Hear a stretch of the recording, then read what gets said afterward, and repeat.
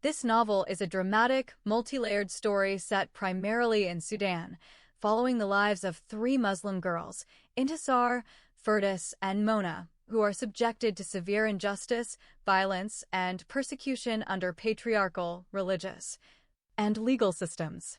The narrative is both a love story and a social critique, exposing the misogynistic practices and laws in Islamic societies, especially as they relate to women's rights, marriage, sexuality, and personal freedom. In the heart of Sudan, where tradition, religion, and patriarchal authority intertwine, the verdict of obedience against the Muslim wife unfolds as a harrowing and deeply moving tale of love, resistance, and survival. Through the journey of Intisar, a young woman whose only crime is to love freely, the novel exposes the brutal realities faced by women under oppressive interpretations of Sharia law and entrenched misogyny. As Intisar and her beloved Sami struggle against a society determined to control their destinies, their story becomes a powerful indictment of injustice, a testament to the resilience of the human spirit, and a plea for compassion in a world too often governed by cruelty.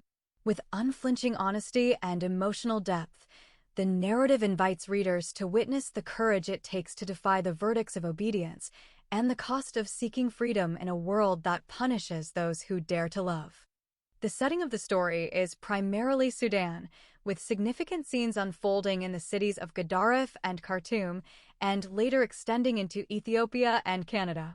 The novel's environment is deeply shaped by the social, religious, and legal realities of Sudanese society, particularly the oppressive structures of patriarchal authority and Sharia law.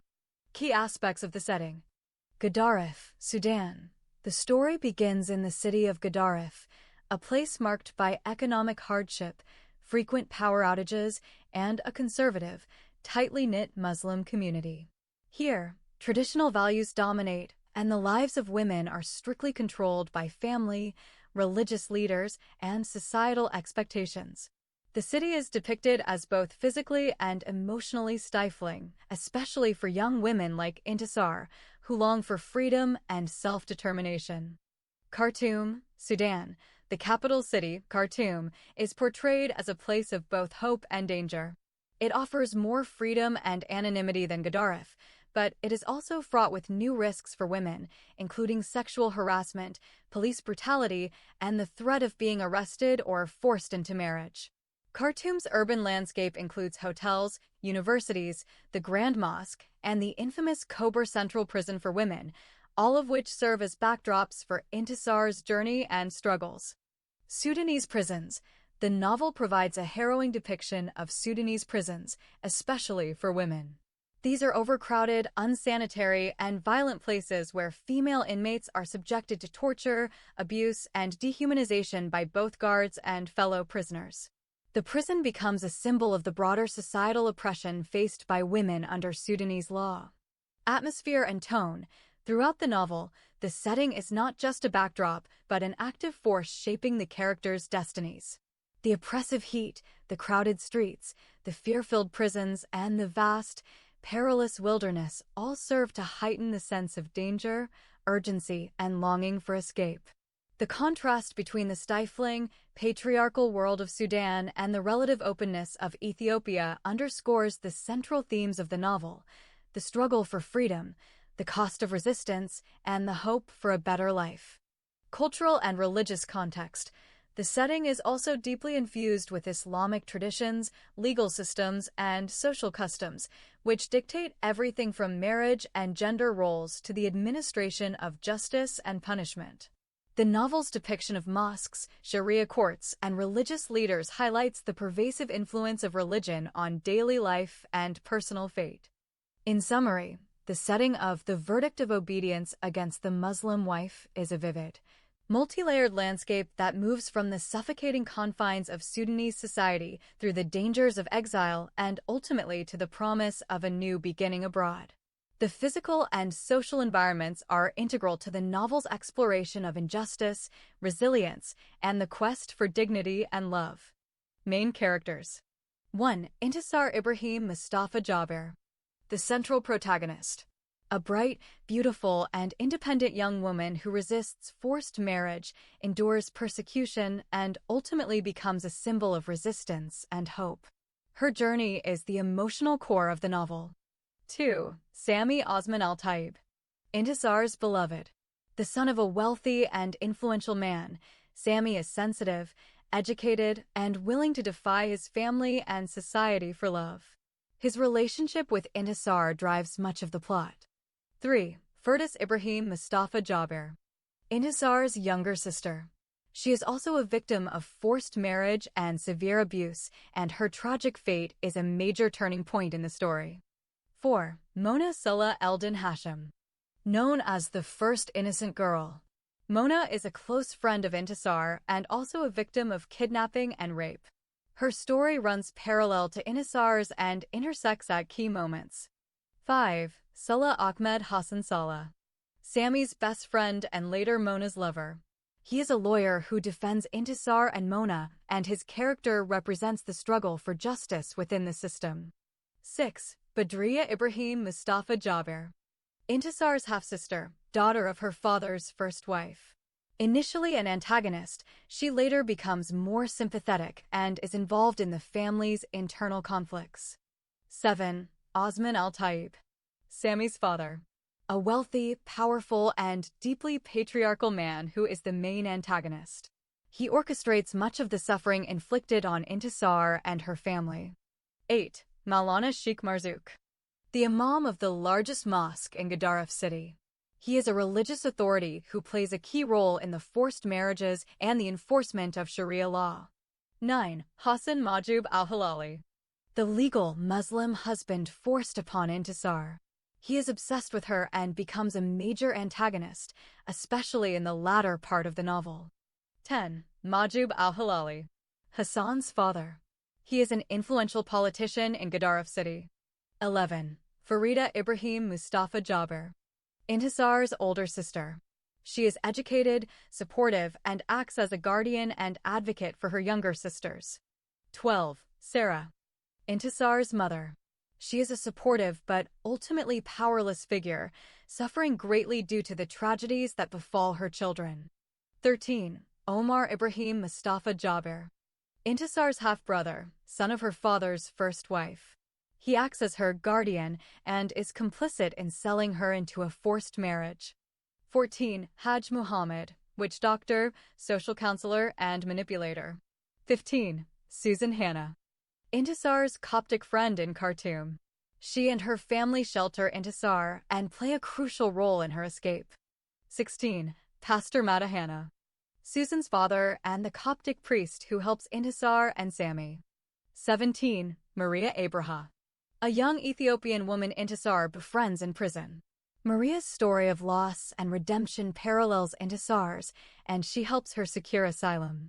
Notable supporting characters.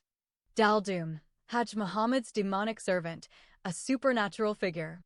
Harun, Osman Al-Taib's servant and bodyguard, complicit in the abuse of Firdous and Intisar. Zakia Karamala, a nurse involved in the care and abuse of Firdous. Tia, Jigger, Nisar, spies and thugs hired by Osman Al-Taib and Hassan to track and capture Intisar. Major themes. 1. Patriarchy and religious law. The novel exposes the oppressive nature of patriarchal and religious systems, especially Sharia law, which allows forced marriage, polygamy, child marriage, female genital mutilation, FGM, and the legal beating and rape of wives.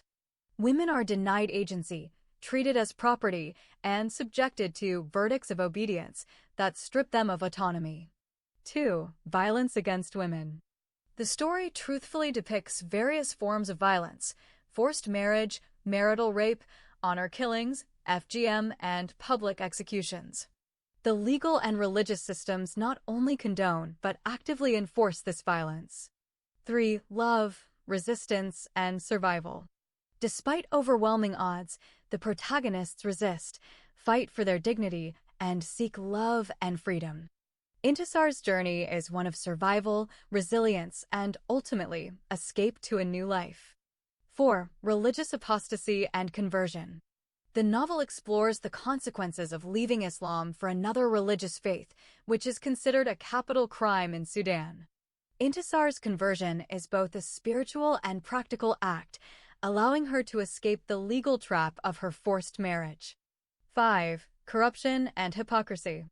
The narrative highlights the hypocrisy of religious and political leaders who manipulate laws for personal gain and justify atrocities in the name of religion. 6. Refugee experience. The story details the harrowing journey of refugees, the dangers of border crossings, and the challenges of seeking asylum and resettlement. Structure and style. Of seeking asylum and resettlement. The novel is written in a highly detailed, episodic style, blending personal narrative, courtroom drama, social commentary, and philosophical reflection. It includes direct addresses to the reader, long dialogues, and explicit descriptions of abuse and suffering. The story is interspersed with references to real-world laws, religious texts, and social customs. Author's note. Dr. Ahmed, the author, is a former Muslim who converted to Christianity and writes extensively about the oppression of women in Islamic societies. The novel is based on direct observation and aims to expose the injustices faced by women under Islamic Sharia law. Key takeaways.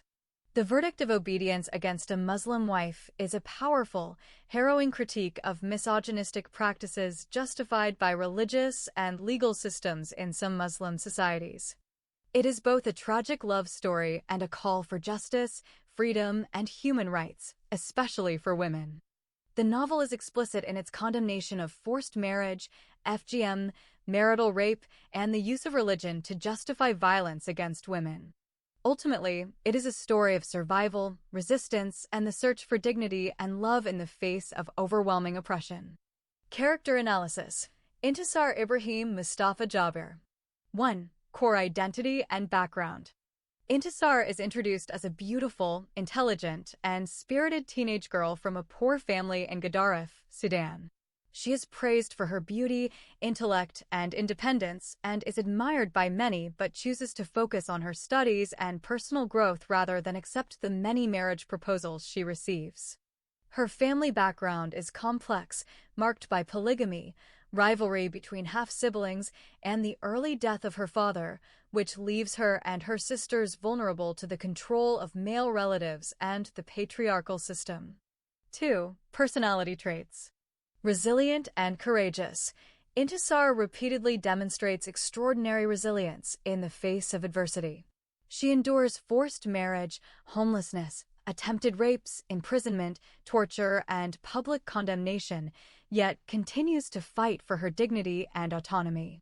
Intelligent and reflective, she is highly intelligent, philosophical, and capable of deep self-reflection. Throughout her ordeal, she questions the justice of the systems around her, especially the religious and legal structures that oppress women. She is able to analyze and critique the roots of her suffering, moving from blaming individuals to recognizing the systemic nature of her oppression. Compassionate and loyal, despite her suffering, Intisar remains compassionate, forming deep bonds of friendship and love. She is loyal to her friends, notably Susan and Mona, her family, even when they fail her, and her lover Sammy.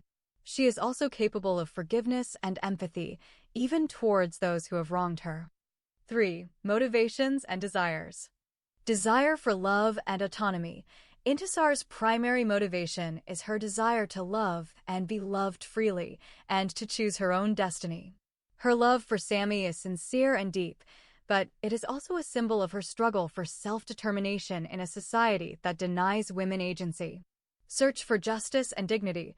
She is driven by a need for justice, not just for herself, but for all women subjected to similar abuses. Her journey is as much about reclaiming her dignity as it is about escaping physical danger. 4. Development and transformation. Victim to survivor. Intisar's arc is one of transformation from victim to survivor. She begins as a girl subjected to the will of others, her half-brother, the Sharia court, her community, but gradually asserts her own agency, making difficult choices to escape, resist, and survive. Spiritual and intellectual awakening. Her experiences lead her to question and ultimately reject the religious and social systems that oppress her. Her conversion is both a spiritual and existential act, a rejection of the structures that have harmed her and an embrace of a new identity that promises freedom and equality. Symbol of resistance. By the end of the novel, Intisar becomes a symbol of resistance against misogyny, religious intolerance, and legal injustice. Her survival and eventual escape represent hope for change and the possibility of justice, even after immense suffering. 5. Relationships. Sammy, her lover. Their relationship is central to the narrative. It is passionate, mutually supportive, and marked by shared suffering. Sammy's love gives Intisar strength, but she is never simply defined by him. Her journey is her own, and she often makes decisions independently, even when they are painful for both. Family. Intisar's relationship with her family is fraught. She is betrayed by her half-brother Omar, who sells her into marriage, and is let down by her mother and community, who are unable or unwilling to protect her. Her bond with her sisters, especially Firdaus, is loving but tragic, as both are victims of the same system. Friends. Susan and Mona. Intisar's friendships are deep and sustaining. Susan, in particular, is a source of emotional support, and their relationship is depicted as one of profound mutual care and understanding. 6. Symbolism and thematic role. Embodiment of women's struggle. Intisar is not just an individual character. She is written as an embodiment of the struggles faced by countless women under patriarchal, religious, and legal oppression.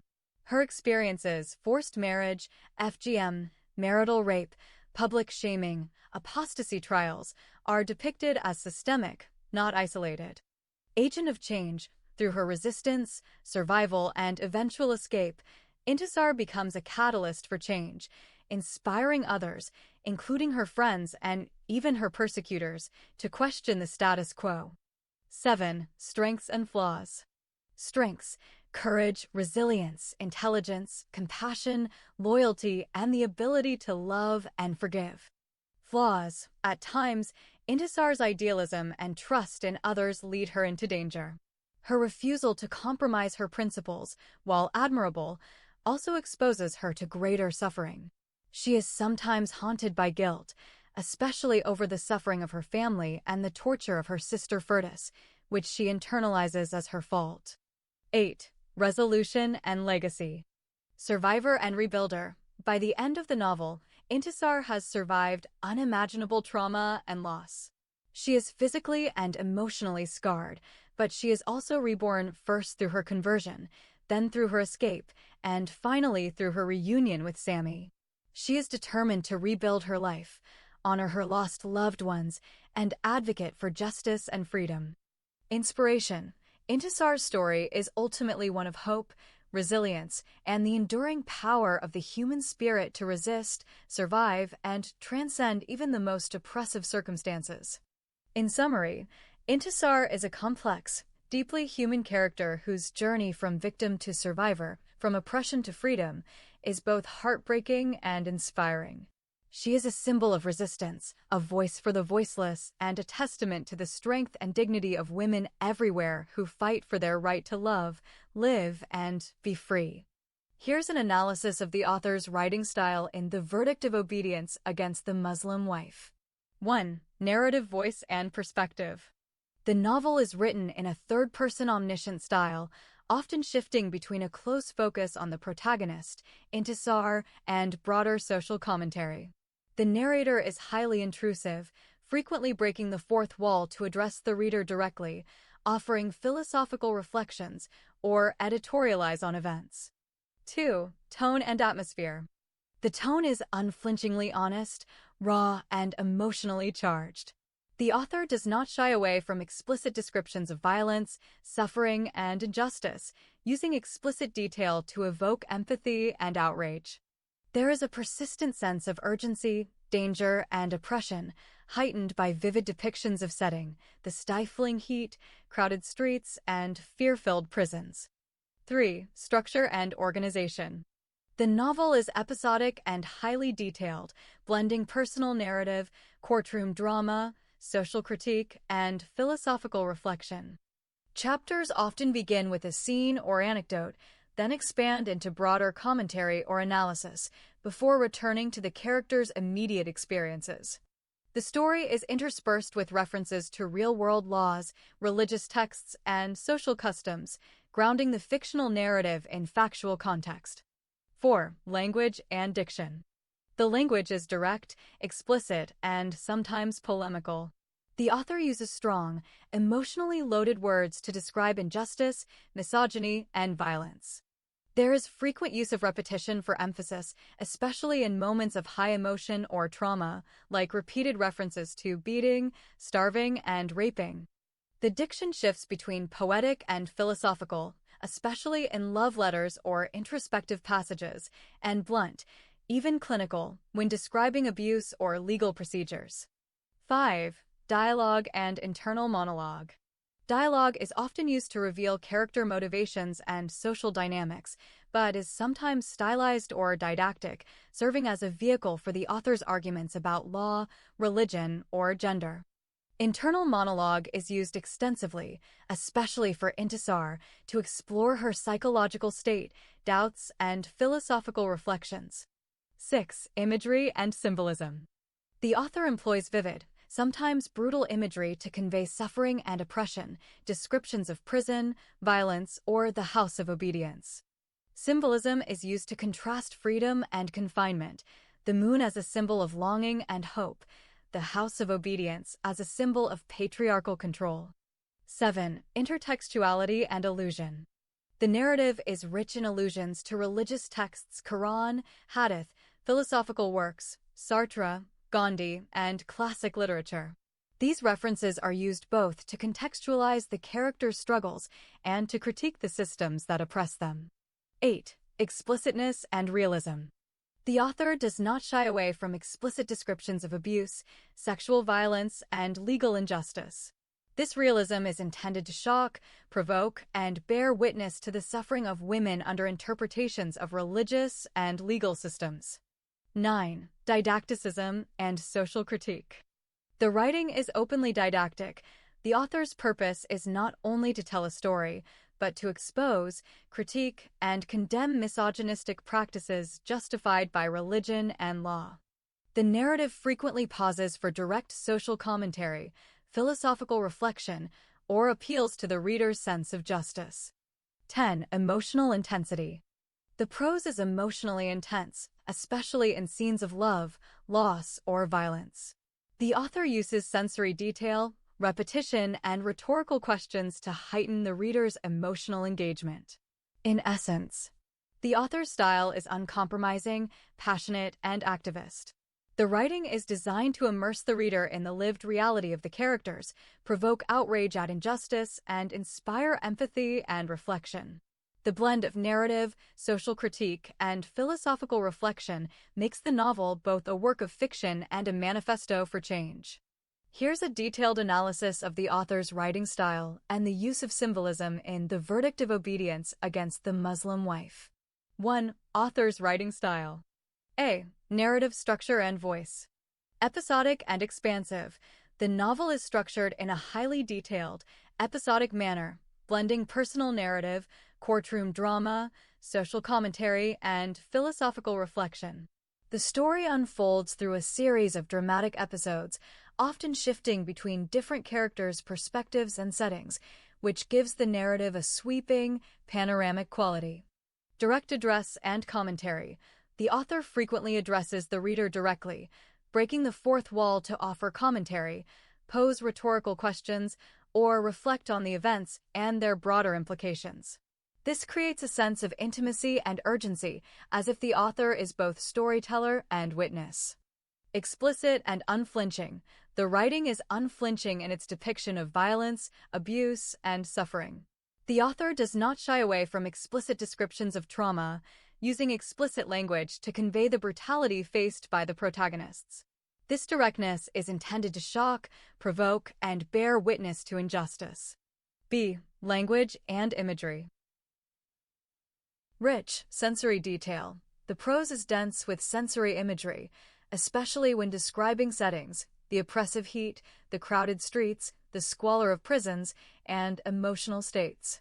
The author uses vivid metaphors and similes, often drawing on natural and bodily imagery to evoke the characters' experiences. Philosophical and reflective. The narrative is interspersed with philosophical musings, references to existentialist and spiritual thinkers, Sartre, Gandhi, and meditations on the nature of love, justice, and faith. These reflections are woven into the characters' letters and inner monologues. Dialogic and polyphonic.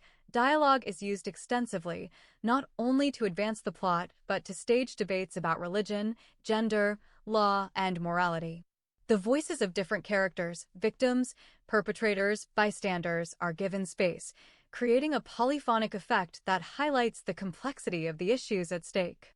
C. Tone and purpose. Indictment and protest. The tone is often polemical, with the author using the narrative as a vehicle for social critique and protest. There is a clear sense of moral outrage at the injustices depicted, and the writing is charged with a sense of mission, to expose, to condemn, and to call for change. Empathy and solidarity. Despite the harshness of the subject matter, the writing is also marked by deep empathy for the protagonists, especially the women whose stories are told. The author seeks to humanize their suffering and celebrate their resilience. 2. Use of symbolism. Symbolism is a powerful tool throughout the novel, used to deepen the emotional impact and to connect individual experiences to broader social, religious, and existential themes. A. The House of Obedience, Verdict of Obedience. Symbol of patriarchal control. The House of Obedience is both a literal place, where women are forcibly detained, and a symbol of the legal, religious, and social mechanisms that strip women of agency and enforce their subjugation. It stands for the broader system of patriarchal authority and the violence used to maintain it. Metaphor for imprisonment. The house/prison is a recurring metaphor for the confinement, physical, psychological, and spiritual, experienced by the female characters. It is contrasted with the longing for freedom, dignity, and self-determination. B. The moon, night, and letters. Moonlight as hope and longing. The moon and its light are recurring motifs, especially in scenes of solitude, longing, and secret love. For Intisar, reading Sammy's letter by moonlight becomes a ritual of hope, connection, and resistance against the darkness of her circumstances. Letters as symbols of agency. The exchange of love letters between Intisar and Sammy is symbolic of their struggle for autonomy and self-expression in a society that forbids such relationships. The letters are treasured, kissed, and memorized, becoming tokens of identity and resistance. C. Prisons and wilderness. Prison as societal microcosm. The depiction of Sudanese prisons, especially for women, is symbolic of the broader societal oppression. The violence, filth, and dehumanization of the prison system mirror the conditions faced by women outside its walls. Wilderness as escape and danger. The wilderness, deserts, and border crossings symbolize both the peril and the possibility of escape. They are spaces of exile, transformation, and, ultimately, hope for a new beginning. D. Religious and legal symbols. The veil, hijab, and burqa. These garments are not only described as physical coverings, but as symbols of enforced invisibility, control, and the denial of female subjectivity. They are depicted as coffins or ghostly attire, reinforcing the theme of women's erasure. Courtrooms and trials. The repeated scenes of legal proceedings are symbolic of the struggle for justice and the ways in which law can be weaponized to perpetuate injustice. The courtroom becomes a stage for both condemnation and resistance. E. Supernatural and folkloric elements. Daldum and witchcraft. The character of Daldum, the witch doctor's demonic servant, and the rituals of black magic are symbolic of the intersection of superstition, fear, and manipulation in the community. Daldum embodies the unseen forces, psychological, cultural, and spiritual, that are used to control and terrorize women. F. The journey and exile. Flight as transformation. The journey from Sudan to Ethiopia and ultimately to Canada is symbolic of transformation, rebirth, and the search for dignity and freedom. Exile is depicted as both a trauma and a possibility for renewal. In essence, the author's style is marked by a blend of dramatic storytelling, direct social critique, and philosophical reflection, using vivid imagery and symbolism to connect the personal and the political. Symbolism is woven throughout the narrative to reinforce the themes of oppression, resistance, and the search for freedom and dignity. The result is a harrowing, emotionally charged, and deeply engaged work that seeks not only to tell a story, but to bear witness and provoke change. The moon is a recurring and powerful symbol in The Verdict of Obedience Against the Muslim Wife, and its symbolism operates on several levels throughout the story. 1. The moon as a symbol of hope, longing, and secret love. Romantic illumination. The moon is most vividly associated with Intisar's experience of receiving and reading Sammy's first love letter. She reads it alone, illuminated only by the silvery beams of the full moon.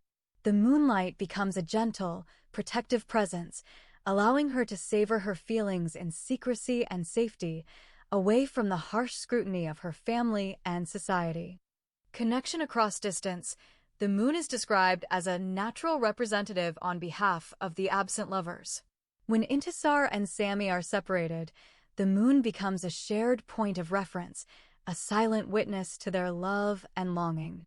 It bridges the physical distance between them, offering comfort and a sense of communion. 2. The moon as a symbol of femininity and vulnerability. Feminine light in darkness. The moon's soft, reflective light contrasts with the harshness of the world Intisar inhabits. It is a feminine, nurturing presence in a narrative filled with violence and oppression. The moon's light allows Intisar to feel and express her emotions, her joy, longing, and hope at times when she must hide them from others. Vulnerability and exposure. The moon also symbolizes the exposure and vulnerability of women in the story. Just as the moon is visible to all, Intisar's beauty and emotions are constantly at risk of being seen, judged, and punished by her society.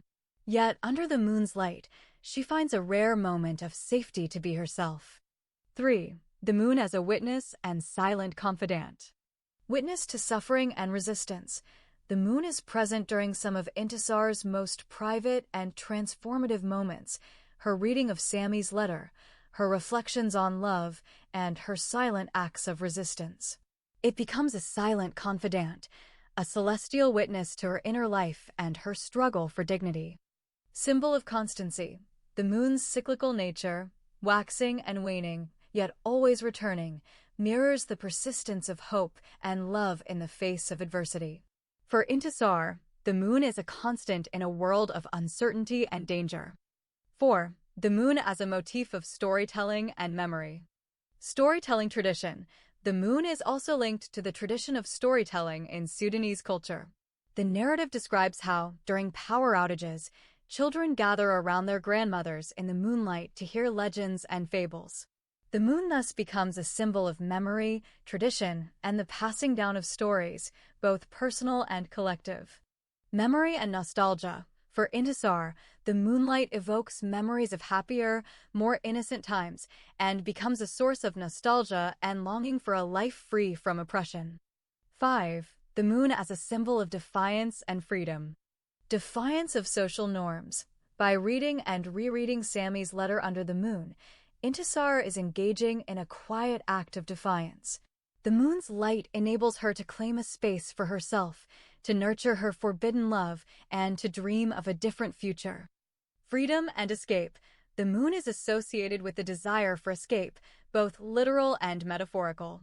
It lights the way for lovers, dreamers, and those who seek freedom from the constraints of their environment.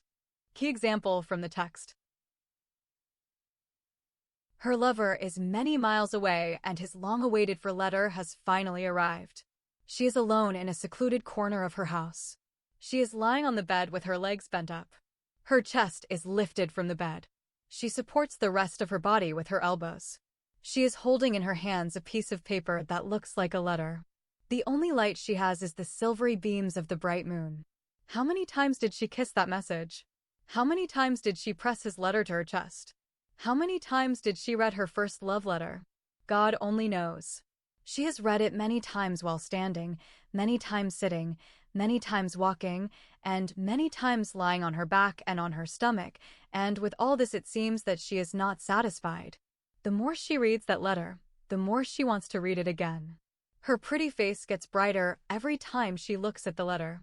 Her cheeks reflected the shimmering rays of the bright moon. Her eyes twinkle like stars. Her sweet lips became wet. Her long hair covers half of her sexy body. She is unbelievably beautiful. She is a 17-year-old teenager. She is praised for her beauty more than all the other girls. She got the highest number of marriage proposals among the girls in her city. Every boy who saw her would like to marry her. But she rejected everyone, citing her studies, and did not tell anyone the real reason behind her continuous refusal. Summary table. Moon symbolism. Meaning in the story: gentle illumination, hope, safety, and secret love in a harsh world. Shared presence. Connection between separated lovers, bridge across distance. Feminine vulnerability. Exposure, beauty, and the risk of being seen/judged. Witness/confidant. Silent observer of suffering, longing, and resistance. Storytelling and memory. Tradition, nostalgia, and the passing down of stories. Defiance and freedom. Quiet rebellion, longing for escape, and the persistence of hope. In essence, the moon in this novel is a rich, multi-layered symbol. It represents hope, longing, and the secret spaces where love and resistance can survive, even in the darkest of circumstances. It is a feminine, nurturing presence that stands in contrast to the violence and oppression of the world Intisar inhabits. As a witness, confidant, and source of light, the moon is both a comfort and a catalyst for memory, storytelling, and the dream of freedom. Symbolism of prisons in the story. 1. Prison as a literal and metaphorical space. Throughout the novel, prisons are depicted both as literal places of confinement and as powerful metaphors for the broader social, religious, and psychological constraints imposed on women in Sudanese and, by extension, Islamic societies. Literal prisons.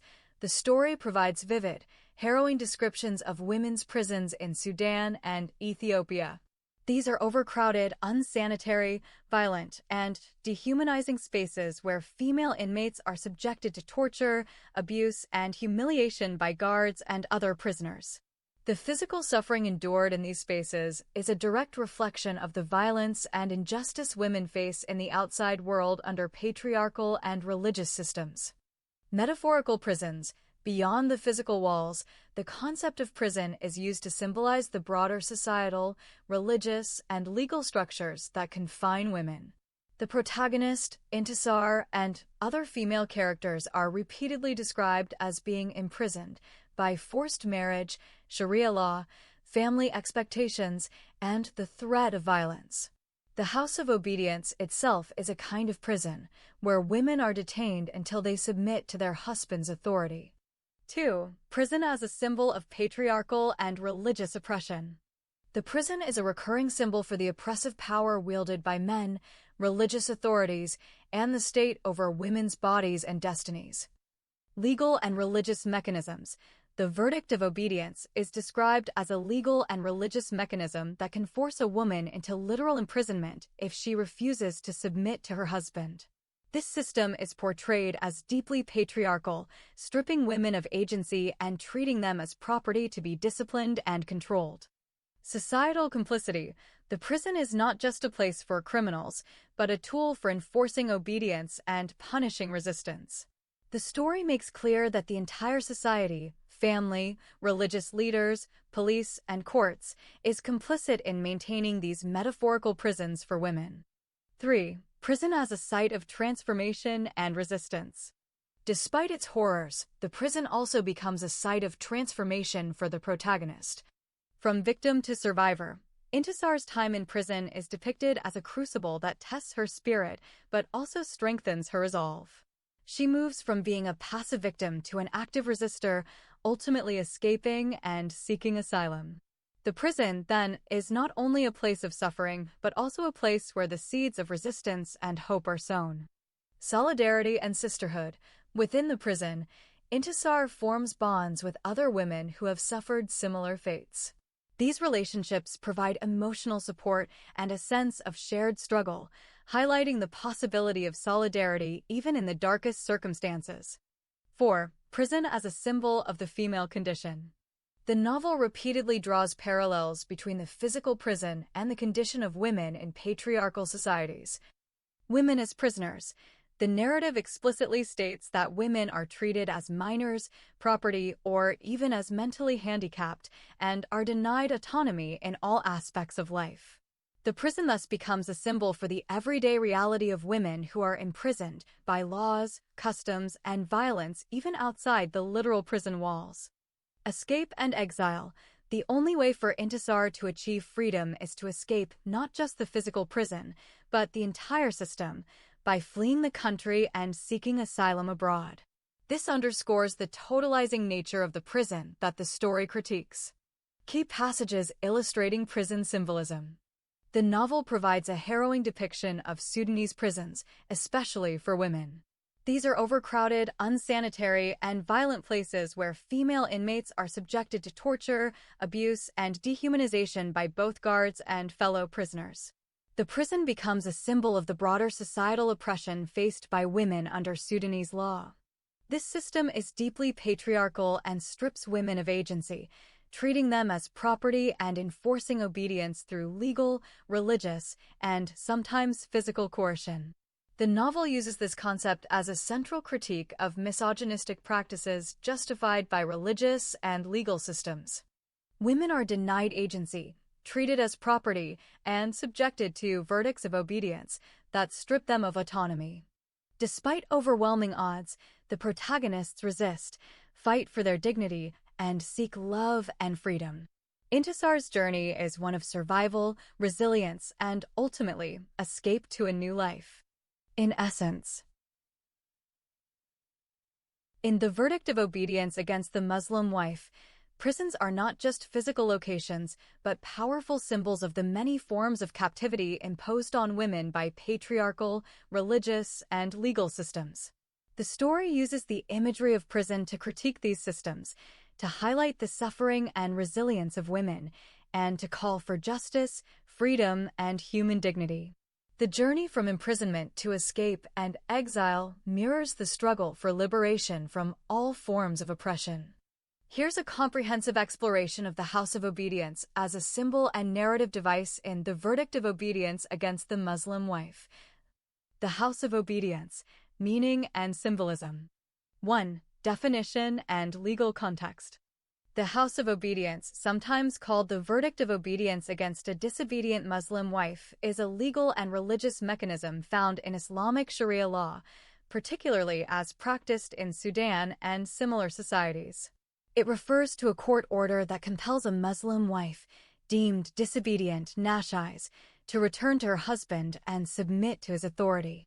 If a wife refuses to live with her husband or is accused of not fulfilling her marital duties, the husband can file a complaint in a Sharia court. The court may then issue a verdict of obedience, legally obliging the wife to return to her husband's home. If she refuses, she may be forcibly taken by police to the House of Obedience, where she can be detained until she submits, or further legal and social penalties may be imposed. 2. Symbol of patriarchal control and female subjugation. The House of Obedience is a powerful symbol of the patriarchal, legal, and religious systems that strip women of agency and autonomy. It is not just a physical place, but a manifestation of the broader structures that treat women as property and enforce obedience through legal, religious, and sometimes physical coercion. Legalized imprisonment. The House of Obedience is a form of legalized imprisonment for women who resist male authority. It is a tool for enforcing submission and punishing resistance. Loss of agency. Women subjected to the House of Obedience are denied the right to make decisions about their own lives, bodies, and relationships. Their refusal to submit is criminalized and pathologized. 3. Narrative function in the story. In the novel, The House of Obedience is not just a background detail, it is a central plot device and a recurring threat that shapes the destinies of the female characters, especially Intisar and her sisters. Catalyst for escape. The threat of being taken to the House of Obedience is what prompts Intisar to flee her home, setting in motion her journey through persecution, imprisonment, and eventual exile. Site of violence. The House of Obedience is depicted as a place where women can be detained, beaten, and even raped under the guise of religious and legal authority. It is a site of both physical and psychological violence. Mirror of societal oppression. The House of Obedience is a microcosm of the larger society, reflecting the ways in which patriarchal and religious systems work together to control and punish women. 4. Psychological and existential impact. The House of Obedience is not only a physical space, but also a psychological prison. The fear of being sent there, the shame and stigma attached, and the trauma of actual detention all serve to break women's spirits and enforce conformity. Internalized oppression. The constant threat of the House of Obedience leads women to internalize fear, guilt, and shame, even when they have done nothing wrong. Resistance and survival. Despite its horrors, the House of Obedience also becomes a site of resistance. Intisar's refusal to submit, her escape, and her eventual survival are acts of defiance against the system that the House represents. 5. Broader symbolism. The House of Obedience stands as a symbol for all the ways in which women are imprisoned by patriarchal, religious, and legal systems. Marriage as captivity. The story draws a direct parallel between marriage, as defined by patriarchal law, and imprisonment. The House of Obedience is the literalization of the idea that a wife is her husband's property. Society as a prison. The House of Obedience is one of many prisons in the novel, others including the family home, the Sharia court, and the actual jail cells. Together, they symbolize the totalizing nature of female captivity in the society depicted. Key passages illustrating the House of Obedience. It is sometimes called the House of Obedience or Verdict of Obedience against a disobedient Muslim wife. It refers to a court order that compels a Muslim wife, deemed disobedient nashais, to return to her husband and submit to his authority. If she refuses, she may be forcibly taken by police to the House of Obedience, where she can be detained until she submits, or further legal and social penalties may be imposed. This system is deeply patriarchal and strips women of agency, treating them as property and enforcing obedience through legal, religious, and sometimes physical coercion.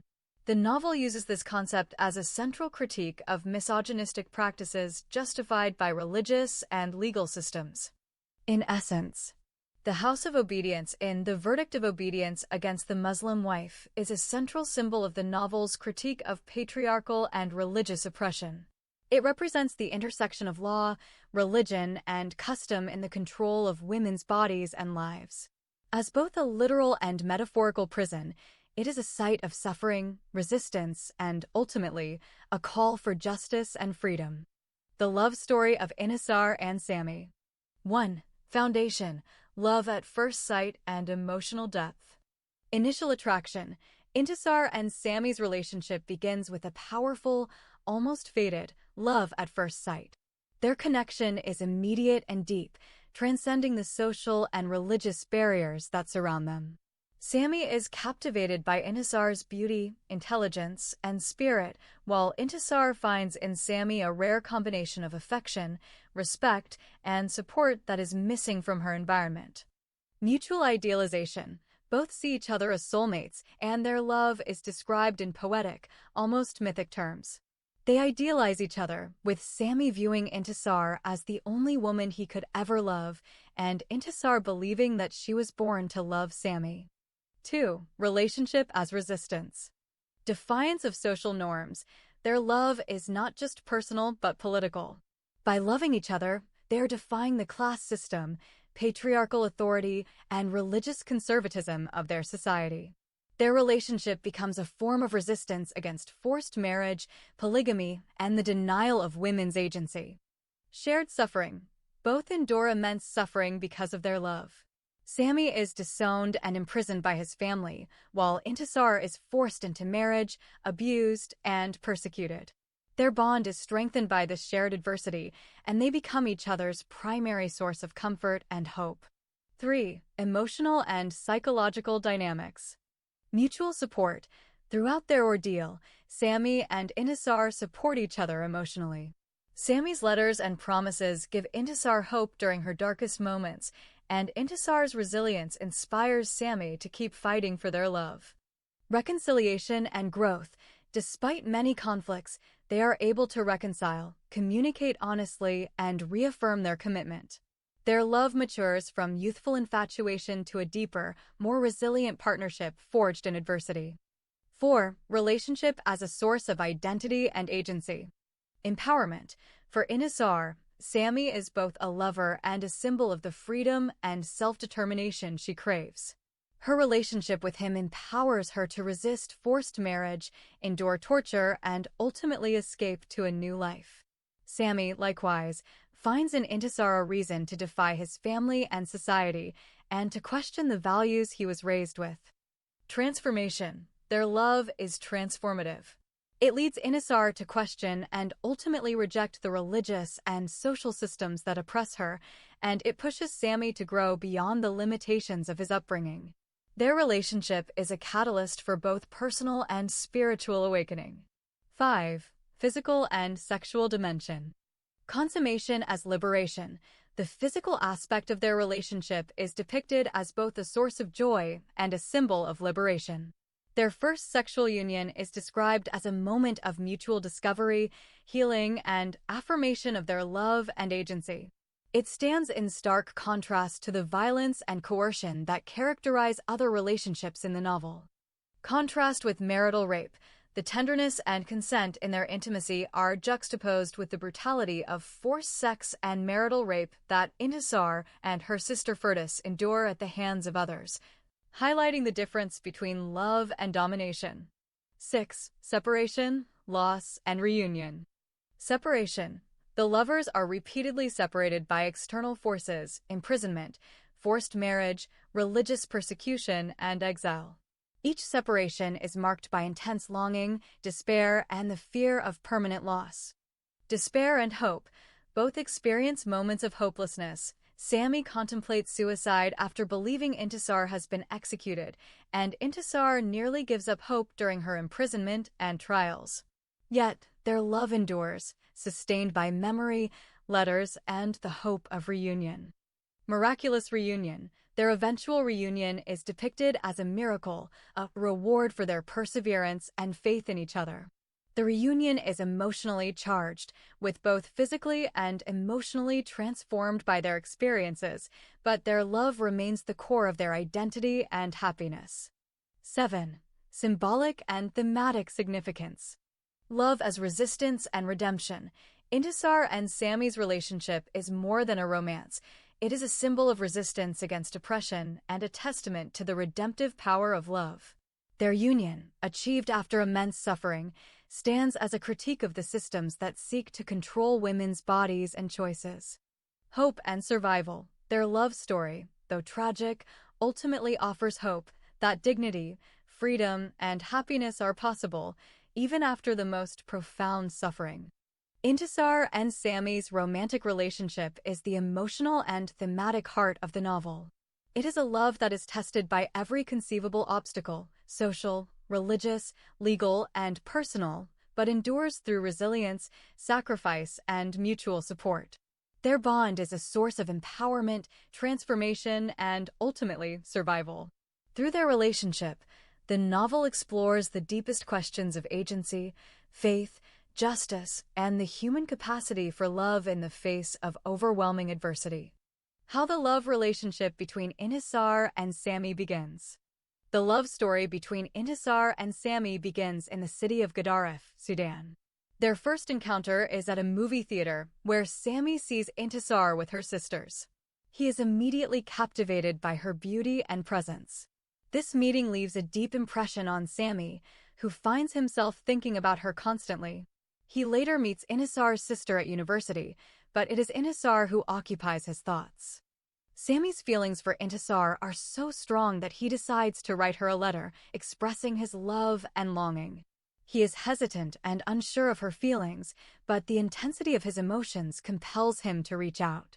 Intisar, in turn, is deeply moved by Sammy's letter. She reads it over and over, kisses it, and presses it to her chest, feeling a connection that transcends their brief encounter. This exchange of letters marks the true beginning of their romantic relationship, as both reveal their innermost feelings and hopes for the future. Summary of their first love letters. Sammy's first letter to Intisar. Content and tone. Sammy's letter is heartfelt, vulnerable, and poetic. He confesses that he has been thinking about Intisar day and night since their first meeting. He is unsure of her feelings, but cannot contain his own. He describes how her beauty and unique qualities set her apart from other girls in their society, and he admires her openness and enlightenment. Sammy expresses his willingness to wait for her to finish her studies and his desire to have a college-educated wife. He also shares details about his family, his dislike of polygamy, and the challenges they may face due to social and economic differences. Sammy's letter is filled with longing, admiration, and a deep respect for Intisar's individuality. Key excerpts paraphrased. My love for you is more than I can handle alone. Since I met you with your two sisters in the movie theater, I fell in love with you. I have seen many beautiful girls, but your beauty is unique. From those few words you said to me that day, I saw many good qualities in you. If you answered positively to my letter, I would not submit to my father's condition. I would rather die than live without you. I am ready to wait for you to complete your education. In fact, I would love to have a college graduate wife. There is nothing I hate in this life more than polygamy. Facts and practices indicate that polygamy is a crime against God and hell on earth for the polygamist husband, his wives, and their children. Intisar's first letter to Sammy. Content and tone. Intisar's response is equally emotional and philosophical. She admits that she waited eagerly for Sammy's letter and, upon receiving it, questioned her own feelings. She reflects on the nature of love, referencing philosophical definitions by Sartre and Gandhi, and concludes that her love for Sammy is deep, spiritual, and destined. She describes her family situation, the challenges they face, and her determination to choose her own life partner. Intisar's letter is filled with poetic imagery, declarations of eternal love, and a strong sense of agency. She promises that no force on earth can uproot her love for Sammy and that she wants to be his beloved wife forever. Key excerpts paraphrased. When I received your love letter today, I found myself confronted with this important question. Your letter revealed the deep love in your heart for me. I never wanted anyone in this life to love me but you. In fact, I was born with this desire for you and for you alone. If you still think that this is not a sufficient acknowledgement of my love for you, time will prove how much I love you, and there is no force on earth that can uproot your love from my heart. By our eternal love, we must prove to everyone that we are inseparable lovers, and not even death can set us apart. I loved you yesterday, I love you today, and I will love you forever. Essence of their first letters. Both letters are intensely romantic, honest, and philosophical. They reveal not only mutual attraction, but also a meeting of minds and values. The letters set the tone for a relationship that is both passionate and defiant of social norms. Their correspondence is the foundation of a love that will be tested by family, society, and fate, but which both believe is destined and eternal. In summary, Intisar and Sammy's love begins with a chance meeting and blossoms through the exchange of deeply personal, poetic letters. These letters are not just confessions of love, but also declarations of intent, philosophy, and resistance against the forces that seek to keep them apart. When Intisar receives Sammy's first love letter, she is overwhelmed with emotion and joy.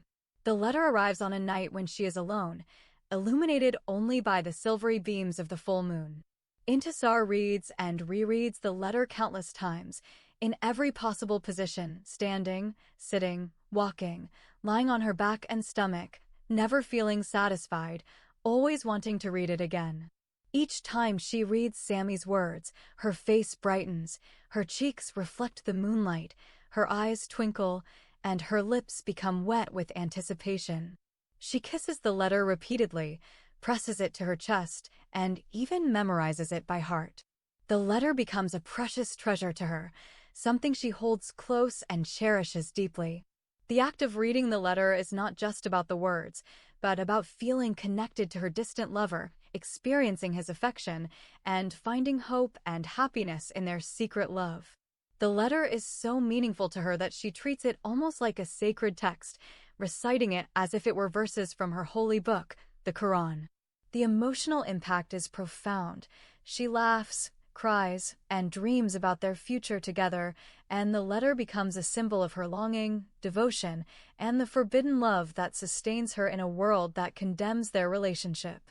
After sending his first love letter to Intisar, Sammy is overwhelmed by a mix of hope, anxiety, and longing. The act of writing and sending the letter is a deeply emotional experience for him. He pours his heart out, expressing his love, fears, and dreams, but once the letter is sent, he is left in a state of restless anticipation. Sammy is uncertain about how Intisar will respond. He worries about her feelings, her family's reaction, and the obstacles posed by their society. The waiting period is agonizing. He checks for her reply obsessively, and his mood swings between hope and despair. The letter becomes a symbol of his vulnerability and the risks he is willing to take for love. Sammy's emotional turmoil is heightened by the social and familial pressures surrounding their relationship, making the act of sending the letter both a declaration of love and a leap into the unknown. Intisar's reaction to Sammy's first love letter is deeply emotional, romantic, and transformative.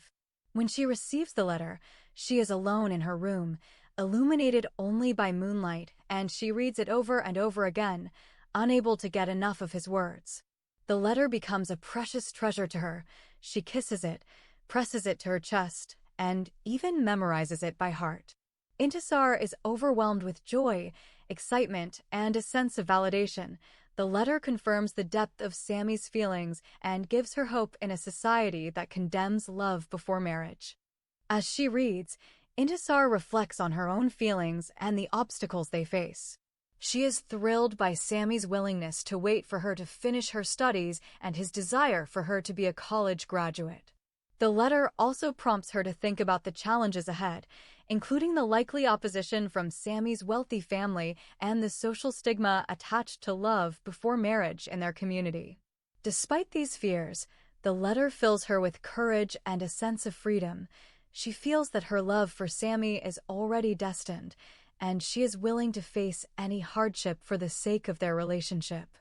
Intisar's reaction is not just emotional, but also philosophical. She ponders the meaning of love, referencing philosophical ideas and her own beliefs about destiny and the divine nature of love. The letter becomes a source of strength and inspiration, motivating her to write her own heartfelt reply to Sammy, in which she pours out her soul and reaffirms her commitment to him.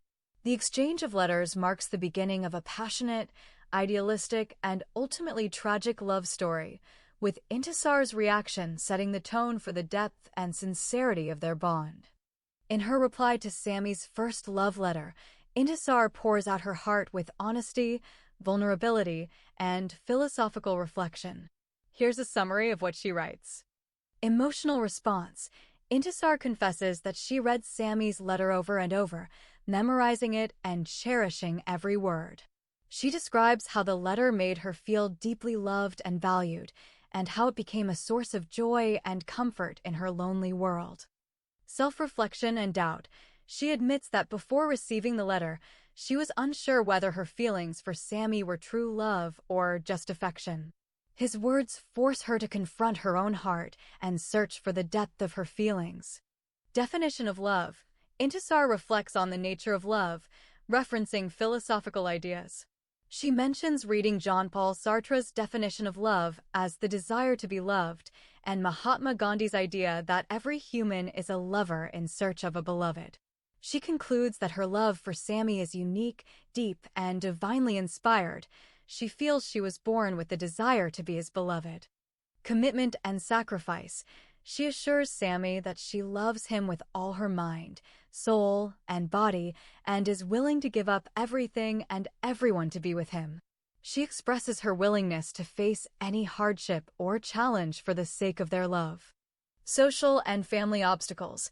Intisar acknowledges the challenges they face, including the likely rejection from Sammy's wealthy family and the social stigma attached to love before marriage in their community. She shares her fears, but also her determination to prove that their love can overcome these barriers. Family background. She tells Sammy about her family situation, her father's death, her mother's struggles, and her siblings. She emphasizes that her only guardians are her mother and older sister, both of whom support her right to choose her own life partner. Hope and promise. Intisar ends her letter with a passionate declaration of love, promising that she will never marry anyone but Sammy. She describes how he is present in every aspect of her life and how their love is eternal and divine. Her reply is poetic, philosophical, and deeply emotional, revealing her inner strength, her longing for freedom and self-determination, and her unwavering commitment to Sammy. How does Sammy react to Intisar's reply to his first love letter? After Intisar receives and reads Sammy's first love letter, she is deeply moved and spends considerable time reflecting on his words, ultimately deciding to write a heartfelt reply. When Sammy finally receives Intisar's response, his emotional state undergoes a dramatic transformation. Initially, Sammy is depicted as anxious and almost hopeless while waiting for her reply. He is so consumed by longing and uncertainty that he neglects his studies and daily life, feeling as though his entire future depends on her answer. The narrative describes him as sitting alone, isolated from his friends, and losing hope as days pass without a letter. When the reply finally arrives, delivered by the postman, Sammy's mood shifts instantly from despair to elation. The arrival of Intisar's letter is described as a moment of renewal and overflowing love, like the dew of rain on his parched soul. He is so overjoyed that he tips the postman generously and immediately plans to celebrate with his friend Sulla, promising him a movie and dinner at a prestigious hotel. Sammy's reaction to reading Intisar's letter is one of profound happiness and relief. He rushes to his room, closes the door, and reads her letter with intense anticipation and joy. The narrative emphasizes how he treasures every word, reading and rereading the letter, and feeling as if his life has regained purpose and hope. The letter's contents, which affirm Intisar's love and commitment, fill Sammy with confidence and a renewed sense of devotion. He is so moved that he feels as if he has been given a new lease on life, and his love for Intisar becomes even more steadfast and passionate. In summary, Sammy's reaction to Intisar's reply is a powerful emotional turnaround, from hopelessness and anxiety to overwhelming joy, gratitude, and a deepened, unwavering love for her. The love letters exchanged between Intisar and Sammy in the novel are rich with themes that reflect both their personal emotions and the broader social, cultural, and existential struggles they face. Here are the central themes present in their correspondence.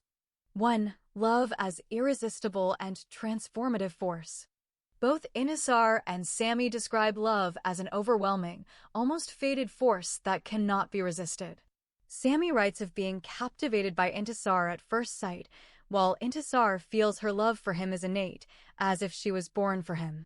Their letters are filled with longing, devotion, and the sense that love is a destiny that shapes their lives. 2.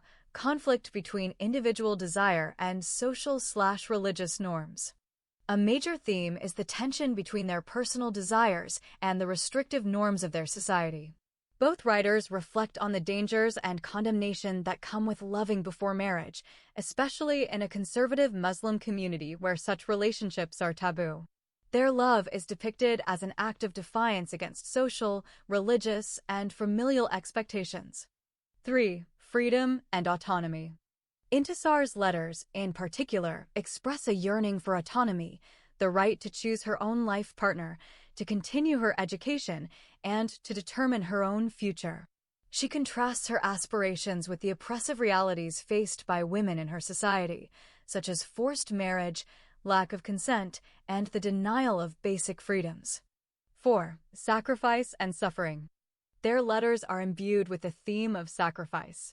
Both lovers acknowledge the suffering and risks involved in pursuing their relationship. They are willing to endure social ostracism, family conflict, and even personal danger for the sake of their love. The letters often reference the pain of separation, the fear of losing each other, and the willingness to wait or even die for love. 5. Hope and despair. The correspondence oscillates between hope for a future together and despair over the obstacles they face. Sammy's anticipation and anxiety while waiting for Intisar's reply, and Intisar's doubts about whether their love can survive societal opposition, create a powerful emotional tension. 6. Critique of patriarchy and injustice. Both letters contain pointed critiques of patriarchal authority, polygamy, and the injustices faced by women. Intisar, in particular, reflects on the suffering of women in her community, referencing forced marriage, lack of consent, and the violence sanctioned by religious and legal authorities. 7. Spiritual and philosophical reflections on love. Their letters are not only romantic but also philosophical. Intisar references existentialist and spiritual thinkers, like Sartre and Gandhi, and both lovers contemplate the nature of love, its divine qualities, and its place in human existence. They see love as a holy spark, a divine seed, and a force that transcends physical attraction. 8. Identity and self-discovery. Through their letters, both characters explore their own identities, Intisar as a young woman seeking agency, and Sammy as a man torn between family loyalty and personal conviction. Their correspondence becomes a space for self-discovery and the articulation of their deepest values and beliefs.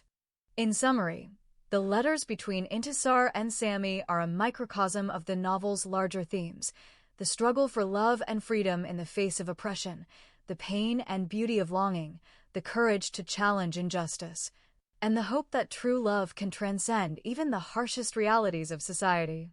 Religious laws and societal norms play a profound and often devastating role in shaping the lives, choices, and destinies of Intisar and Sammy in the novel. The story is set in a conservative Muslim society in Sudan, where strict religious, cultural, and patriarchal norms dictate nearly every aspect of personal and family life. Here's how these norms affect the protagonists and their love story. 1. Barriers to love and autonomy. Forbidden love. Intisar and Sammy's relationship is immediately condemned by their society because it crosses class boundaries. Sammy is from a wealthy family, Intisar from a poor one. And because love before marriage is considered sinful and shameful for a girl. Intisar is taught from childhood that love between a boy and a girl before marriage is evil, and any girl who falls in love is seen as a bad girl. Arranged marriages and guardianship. Intisar's fate is not in her own hands. Her half-brother Omar, empowered by Islamic law and custom, acts as her guardian and gives her into marriage without her consent. The Sharia court and religious authorities support this, and her signature or presence is not required for the marriage contract. 2. Gendered double standards and oppression. Patriarchal control. Women are treated as minors, denied autonomy, and subjected to male guardianship. They're forbidden from choosing their own life partners, going out alone, or even dressing as they wish. Intisar and her sisters are subjected to constant surveillance, gossip, and threats of violence for any perceived transgression. Violence and legalized abuse. The novel details how religious laws and societal norms justify and even sanctify violence against women.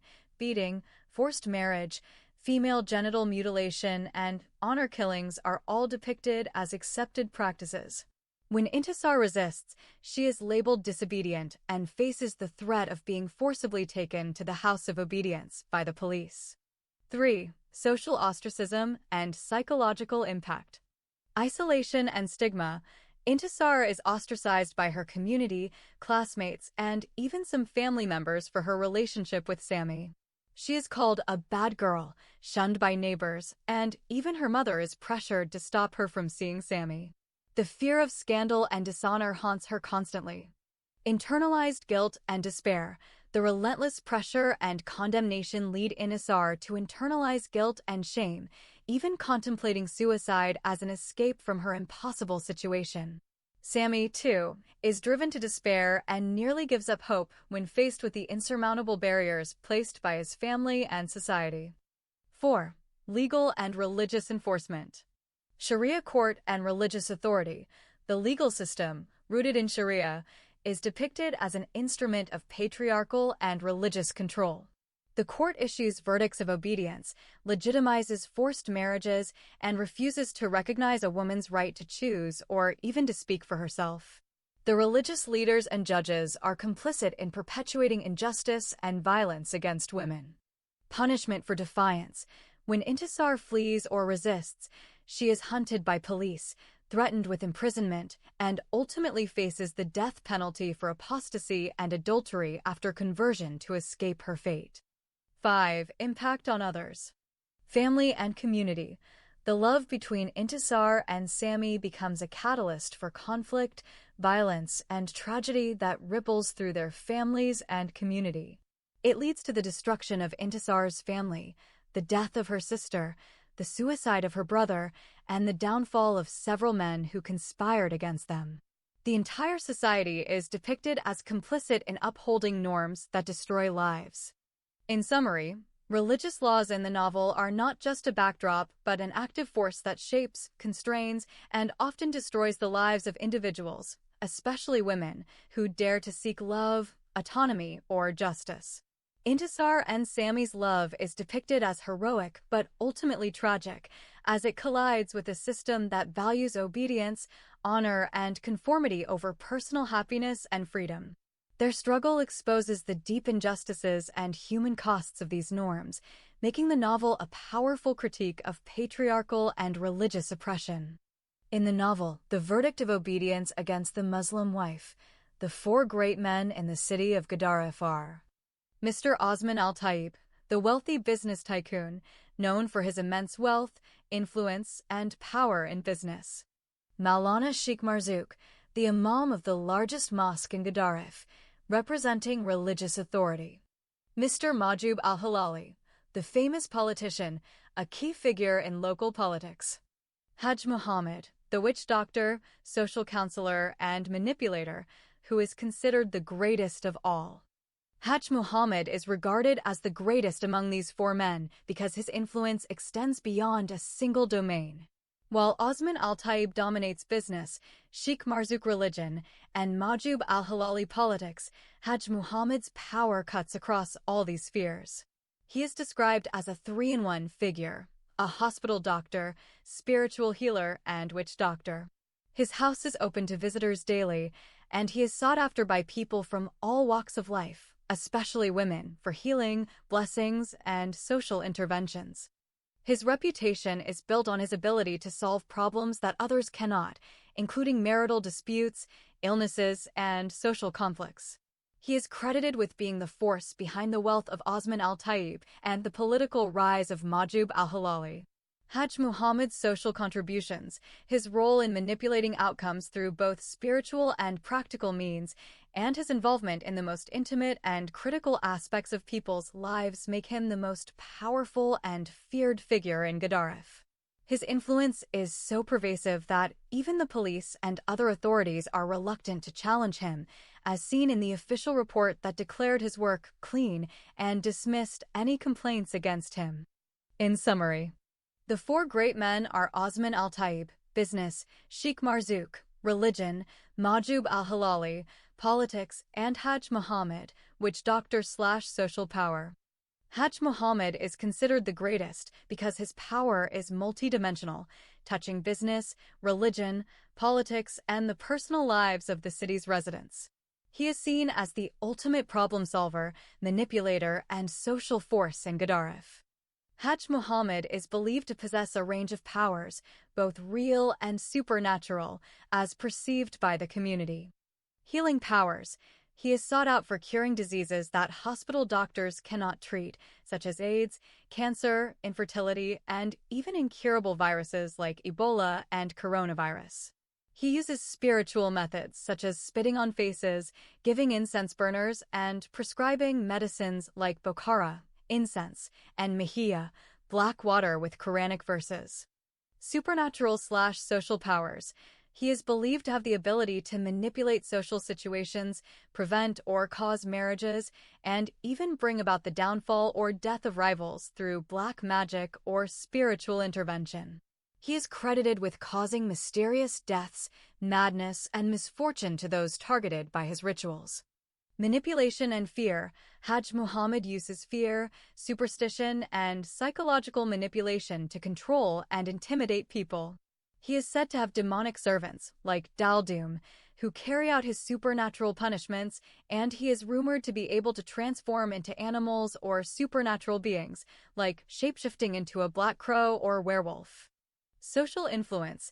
He is a master manipulator, acting as a social fixer, witch doctor, and counselor. He is involved in love affairs, revenge plots, and is believed to have played a role in the deaths and misfortunes of prominent families in the city.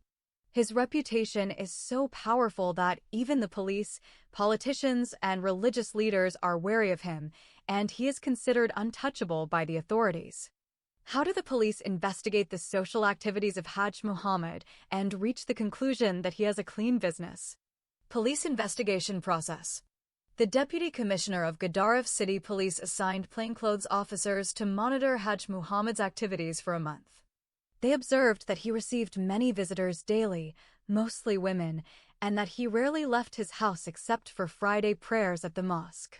The police interviewed some of his female visitors, who claimed they came for healing and blessings, and described his treatments, such as spitting on faces, giving incense, and medicines with Quranic verses. The police found no evidence of criminal activity, illegal visitors, or antisocial behavior. Financially, Hajj Muhammad did not charge fixed fees, but accepted voluntary offerings, bayat, and visitors were expected to pay more if their problems were solved. After reviewing all evidence, the police concluded that Hajj Muhammad's work was clean, and all complaints against him were dismissed. This official announcement increased his popularity and reputation in the city. Hajj Muhammad, the witch doctor and social counselor in Gadaref, offers a variety of treatments that blend traditional healing, spiritual practices, and elements of folk medicine. Types of treatments offered by Hajj Muhammad. 1. Spiritual healing and blessings. Many visitors, especially women, come to Hajj Muhammad seeking healing and blessings for various ailments and personal problems. He is known to spit on the faces of his visitors as a form of blessing and healing, which is believed by his clients to provide immediate relief from pain or illness. 2. Herbal and ritual medicines. Hajj Muhammad gives out medicines that are not conventional drugs but are rooted in spiritual and religious practices. Bokhara, a small white folded sheet of paper with verses from the Holy Quran and special signs written on it. Visitors are instructed to burn this paper and inhale the incense. Mihia, black water made by washing Quranic verses written on a wooden slate. Visitors are told to drink this water. 3. Social and marital problem solving. He acts as a social counselor, especially for women facing marital issues, jealousy, or rivalry. For example, he is sought out by women whose husbands are considering polygamy, or by those who want to prevent a rival marriage. Hajj Muhammad is known to intervene in these cases, sometimes using intimidation, threats, or his reputation for supernatural powers to solve the problem, such as preventing a second marriage or causing a rival to leave town. 4. Black magic and supernatural interventions. He is reputed to use black magic, invoking supernatural servants or demons, like his assistant Daldum, to cast spells, curses, or cause confusion and misfortune for rivals or enemies. Rituals may involve selecting a punishment from a love list using personal items from the target, such as shoes, hair, or underwear, and performing ceremonies to bring about the desired effect, like separating lovers, causing madness, or other misfortunes. 5. Amulets and charms. Hajj Muhammad provides amulets, talismans, and other objects inscribed with Quranic verses or magical symbols, which are believed to protect the wearer or bring about specific outcomes. How his treatments are perceived. Many clients believe that Hajj Muhammad can cure diseases that hospital doctors cannot treat, such as AIDS, cancer, infertility, and even incurable diseases like Ebola or coronavirus. He is also believed to have the power to make barren women pregnant, cure impotence, and resolve social or marital disputes through his spiritual and magical interventions. In summary, Hajj Muhammad's treatments are a mix of spiritual healing, folk medicine, Quranic rituals, black magic, and social counseling. His reputation is built on his perceived ability to solve problems that conventional medicine or social structures cannot, making him a central figure for those seeking help with health, marital, or personal crises in the city of Gedaref. Describe the meeting between Hajj Muhammad and Badriya and her mother. Badriya and her mother, Sakina, visit Hajj Muhammad, the witch doctor, to ask for his help in preventing Intisar from marrying Sami. They are motivated by jealousy and rivalry between the two wives of Intisar's late father. Hajj Muhammad receives them in his private room, where they must unveil their faces. Badriya is a beautiful teenage girl, and Hajj Muhammad is shown to have a weakness for young girls, touching Badriya's cheeks and showing her inappropriate affection. The mother and daughter explain their problem. They want Hajj Muhammad to use his powers to separate Intisar from Sami, as Badriya and her brother Omar are consumed by jealousy. Hajj Muhammad agrees to help, but insists on a ritual involving the selection of a punishment for Intisar from a list held by his demonic servant, Daldum. Badriya chooses a number, and Daldum declares that Intisar will suffer great confusion in her love relationship with Sami. Hajj Muhammad then instructs them to bring him a personal item belonging to Intisar to complete the ritual. The scene is filled with superstition, manipulation, and the abuse of power, highlighting the role of witchcraft and social manipulation in the community. Role of Daldum. Daldum is Hajj Muhammad's demonic servant, described as a short, black, ghoul-like or who looks like an ogre figure who appears during rituals. He is presented as a supernatural being, possibly a jinn or demon, who assists Hajj Muhammad in his black magic and social manipulations. Daldum keeps the love list, a black book with numbers corresponding to different punishments or curses that can be inflicted on people. He acts as the enforcer of Hajj Muhammad's will, carrying out the magical or spiritual punishments selected by clients. Daldum is both a symbol of superstition and a tool of psychological terror. How does Daldum influence other characters? Daldum's presence instills fear and awe in those who encounter him. He is used by Hajj Muhammad to intimidate clients and victims, making them believe in the power of black magic and the inevitability of their fate. When Badriya and her mother see Daldum, they are terrified and believe he is a supernatural being. Daldum's pronouncements, such as the punishment for Intisar, set in motion a series of events that create confusion, fear, and division among the characters. He is a psychological weapon, reinforcing Hajj Muhammad's authority and the community's belief in the supernatural. Compare Daldum and Hajj Muhammad. Hajj Muhammad, a human character, witch doctor, social manipulator, and self-proclaimed clean businessman. He uses his reputation, charisma, and knowledge of people's fears to control and exploit others. He is deeply corrupt, motivated by money, lust, and power, and is involved in many of the novel's conspiracies and abuses. Daldum, a supernatural or semi-supernatural figure, presented as Hajj Muhammad's demonic servant. Daldum is the embodiment of the community's fears and superstitions. He is used by Hajj Muhammad to give an aura of mystical power to his manipulations, making his threats and rituals seem inevitable and inescapable. Contrast, Hajj Muhammad is the manipulator, while Daldum is the instrument of manipulation. Hajj Muhammad relies on Daldum to intimidate and control others, but Daldum's power is entirely dependent on the belief and fear he inspires. Daldum is a symbol of the unseen forces, superstition, fear, psychological manipulation that Hajj Muhammad wields to maintain his authority.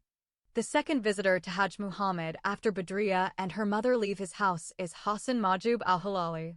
Hassan comes to Hajj Muhammad seeking his help because he is in love with Intisar, but she has left him and fallen in love with another boy, Sami.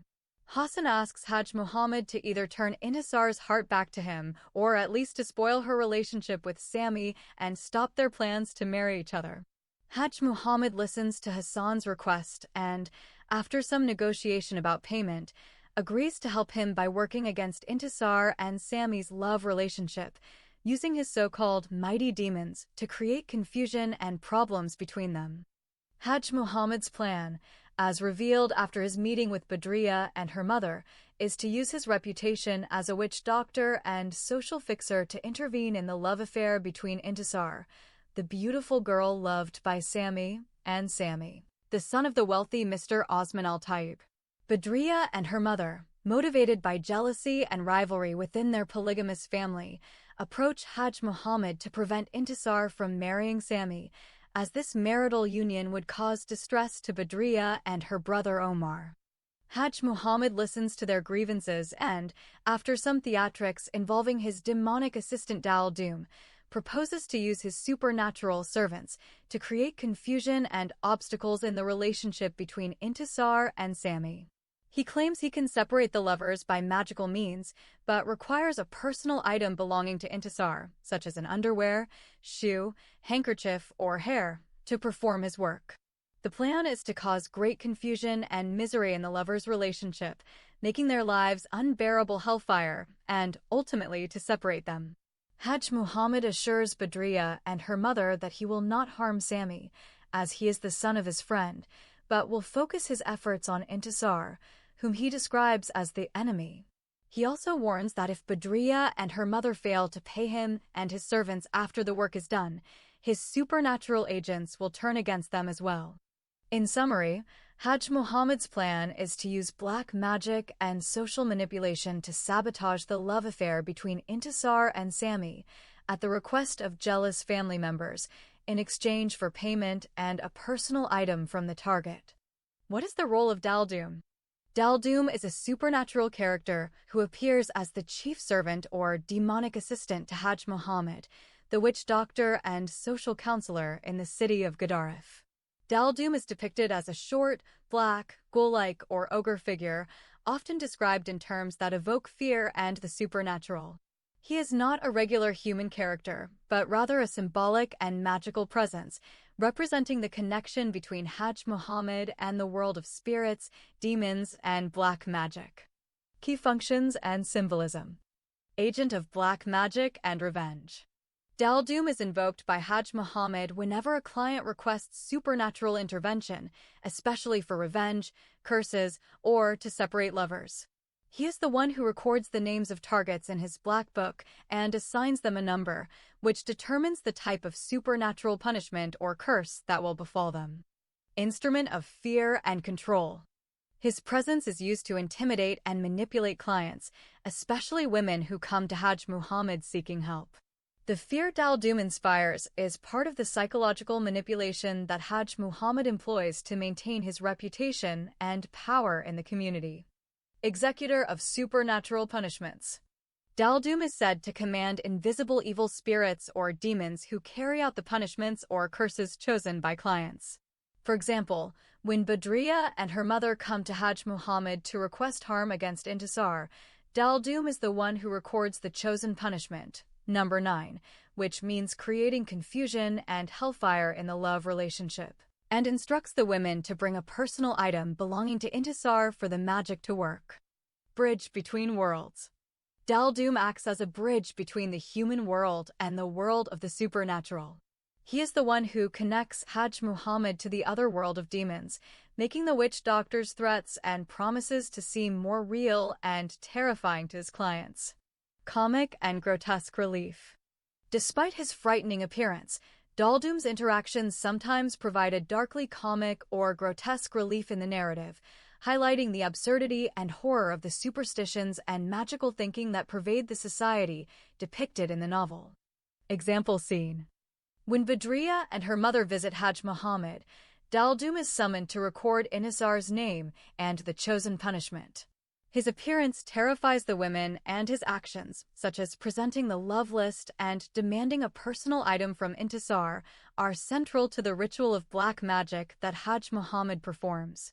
Daldum's presence makes the supernatural threat tangible and immediate for the characters involved. In summary, Daldum is not just a sidekick, but a crucial figure in the machinery of fear, superstition, and manipulation that Hajj Muhammad operates. He embodies the threat of supernatural retribution and is the executor of the witch doctor's magical punishments, making him a symbol of the dark, unseen forces that influence the lives and destinies of the novel's characters. Daldum is a unique and memorable figure in The Verdict of Obedience Against the Muslim Wife, serving as the supernatural assistant and enforcer for Hajj Muhammad, the witch doctor. Daldum is depicted as a short, black, ogre-like creature who appears at Hajj Muhammad's command, especially during rituals or when a curse or punishment is being decided. His presence is both eerie and symbolic, representing the intersection of superstition, fear, and the manipulation of power within the community. Daldum's origin and backstory. His origin is shrouded in mystery and folklore. He is not described as a normal human, but as a being who can appear and disappear at will, sometimes interpreted by characters as a demon, ghoul, ogre, or even the devil himself. When Badriya and her mother visit Hajj Muhammad to request supernatural intervention against their rival, Daldum materializes at Hajj Muhammad's left side, holding a black pen and a black book, dressed entirely in black. His sudden appearance and the fear he inspires suggest he is not of this world, but rather a supernatural entity or a person deeply involved in occult practices. Daldum is referred to as the leader of my Satanists by Hajj Muhammad and is said to be the one who connects the witch doctor to the other world of demons. He is the intermediary between Hajj Muhammad and the spiritual realm, responsible for recording names and punishments in his black book, which is believed to have real-world consequences for those targeted. Daldum's role and influence. His primary role is to facilitate the execution of curses, punishments, and supernatural interventions requested by Hajj Muhammad's clients. When a client chooses a number from Daldum's love list, Daldum records it, and the chosen number determines the type of punishment or curse that will befall the target. For example, when Badriya and her mother select a number, Daldum announces the punishment and sets the supernatural process in motion, requiring a personal item from the victim to complete the ritual. Daldum's influence on other characters is significant. His presence instills fear and awe, and his actions are believed to have real, often dire, consequences. Characters perceive him as a powerful and dangerous being, capable of bringing madness, suicide, or other calamities upon their enemies. His supernatural authority is unquestioned within the context of Hajj Muhammad's rituals, and his involvement elevates the perceived seriousness and inevitability of the witch doctor's interventions. Daldum versus Hajj Muhammad. While Hajj Muhammad is the human face of the supernatural operations, acting as the witch doctor and social counselor, Daldum is the embodiment of the occult power that Hajj Muhammad wields. Hajj Muhammad relies on Daldum to carry out the spiritual aspects of his work, using him as a conduit to the world of demons and as the executor of curses. Daldum is more feared than Hajj Muhammad, as he represents the unknown and uncontrollable forces that Hajj Muhammad claims to command. In summary, Daldum is a supernatural enforcer and record keeper, integral to the rituals and power of Hajj Muhammad. His mysterious origin, fearsome presence, and role as the executor of curses make him a symbol of the dark, superstitious undercurrents that run through the novel's depiction of society and its treatment of women and rivals. Role and function. Daldum acts as the scribe and enforcer of Hajj Muhammad's supernatural punishments. When Badriya and her mother come to Hajj Muhammad seeking to harm their rival Intisar, Daldum is the one who writes Intisar's name in the black book and assigns her a number corresponding to a specific curse or punishment. He is the intermediary between Hajj Muhammad and the world of spirits and demons, believed to have the power to carry out magical acts of vengeance, confusion, or destruction. Daldum's presence is deeply unsettling to those who encounter him. Badriya and her mother are terrified by his sudden appearance and his ghastly, otherworldly demeanor. He is described as possibly not even human, but rather a demonic being or a manifestation of black magic. He is also the keeper of the Love List, a black book containing the numbers and corresponding punishments that can be inflicted upon enemies. When a client chooses a number, Daldum records it and announces the punishment, which is then supposedly carried out by invisible spirits or demons under his command. Symbolic influence. Daldum represents the intersection of superstition, fear, and the abuse of power in the community. His role is to make the threats and promises of Hajj Muhammad tangible and terrifying, reinforcing the witch doctor's authority and the sense that unseen, malevolent forces can be unleashed upon anyone. He is a tool of manipulation, used to intimidate and control those who seek Hajj Muhammad's services and to escalate conflicts into supernatural vendettas. Influence on other characters. Daldum's presence deeply affects Badriya and her mother, filling them with fear and awe and making them believe in the efficacy of Hajj Muhammad's magic.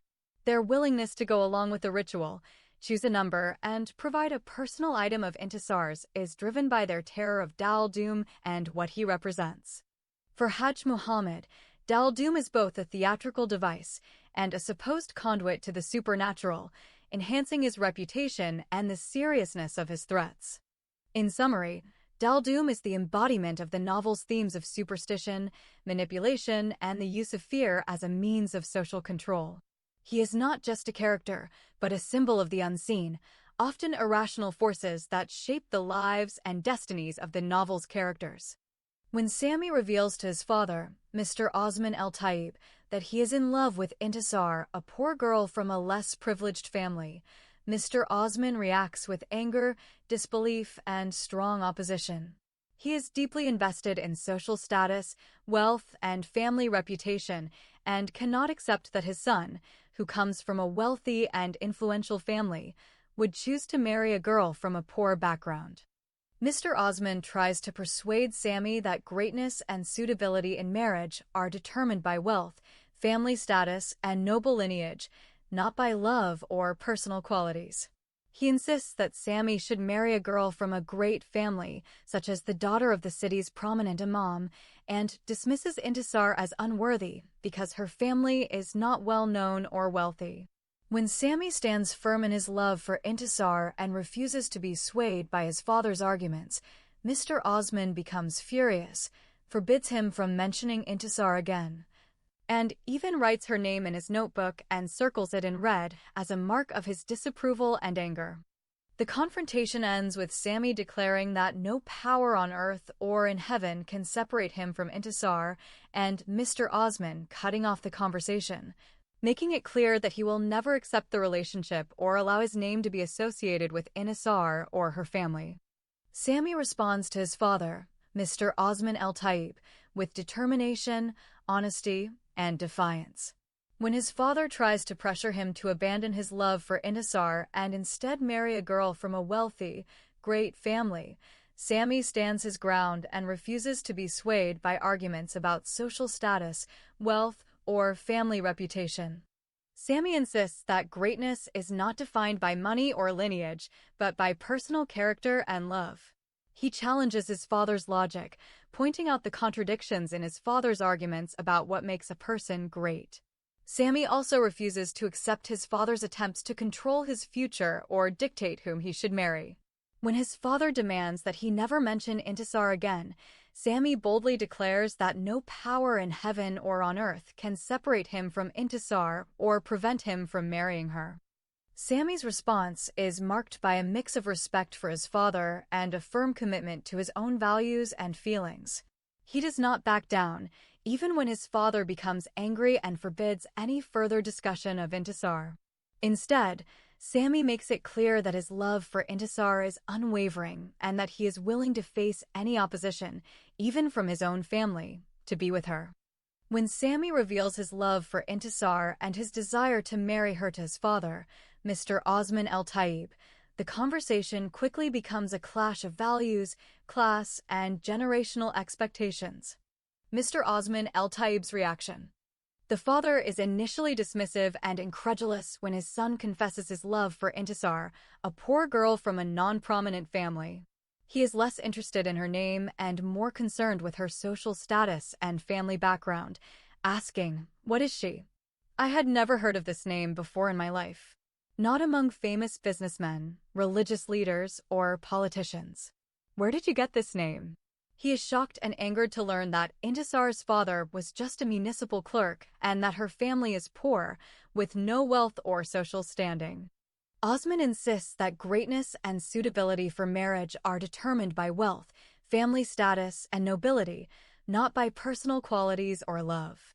He repeatedly tries to steer Sammy toward marrying the daughter of a prominent religious leader, emphasizing lineage, wealth, and religious piety as the only acceptable criteria for a wife. When Sammy persists, Mr. Osman becomes furious, forbids him from mentioning Intisar again, and literally circles her name in red in his notebook as someone forbidden. He ends the conversation abruptly, refusing to discuss the matter further and making it clear that he will never accept Intisar as a daughter-in-law. Sammy's response. The son stands his ground, calmly but firmly rejecting his father's obsession with wealth and status. He argues that greatness should be based on personal merit, education, and character, not just family background or money. He tries to reason with his father, pointing out the contradictions in his logic and the hypocrisy of valuing status over love and happiness. Sammy insists that his love for Intisar is genuine and that no power on earth or in heaven can separate them. In the end, Sammy makes a bold declaration: "No power in heaven above or authority in the whole world can separate me from Intisar or prevent me from marrying her." He leaves the conversation determined to fight for his love, even if it means defying his father and the entire social order. Summary: the dialogue is a powerful confrontation between tradition and personal conviction. Mr. Osman El-Taib embodies the rigid, patriarchal, and classist values of the society, while Sammy represents a new generation's yearning for love, autonomy, and justice. Their exchange sets the stage for the central conflict of the novel, as Sammy's love for Intisar becomes a catalyst for rebellion against oppressive societal norms. When Sammy tells Intisar that his father has rejected their relationship and will not allow him to marry her, Intisar is deeply affected.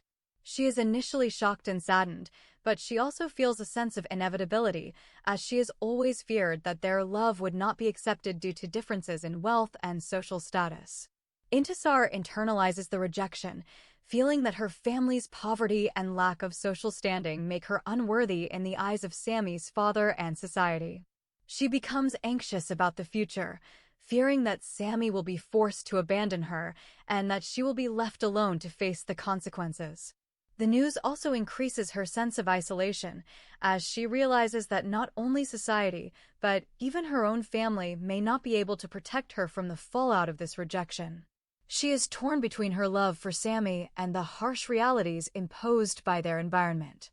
The rejection of Intisar's love by Sammy's father and the resulting social stigma has a profound and negative impact on her relationship with her own family.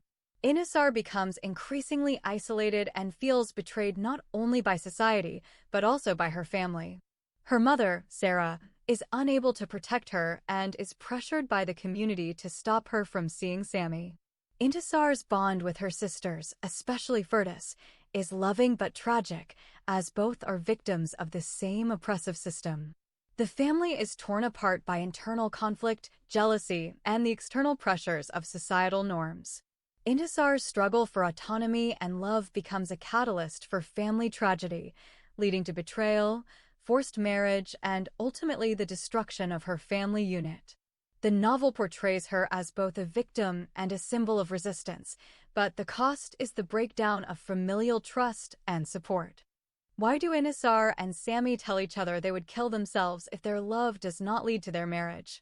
Intisar and Sammy express that they would kill themselves if their love does not lead to marriage because their love is depicted as an overwhelming, almost fated force that defines their existence. They face immense social, religious, and familial opposition, and the prospect of being separated is unbearable to them. The narrative frames their love as a matter of life and death, with both characters stating that they cannot live without each other. This intense emotional bond is reinforced by the tragic context of the story, where past failed love for other lovers often leads to suicide or honor killings, as referenced in the community's stories and warnings.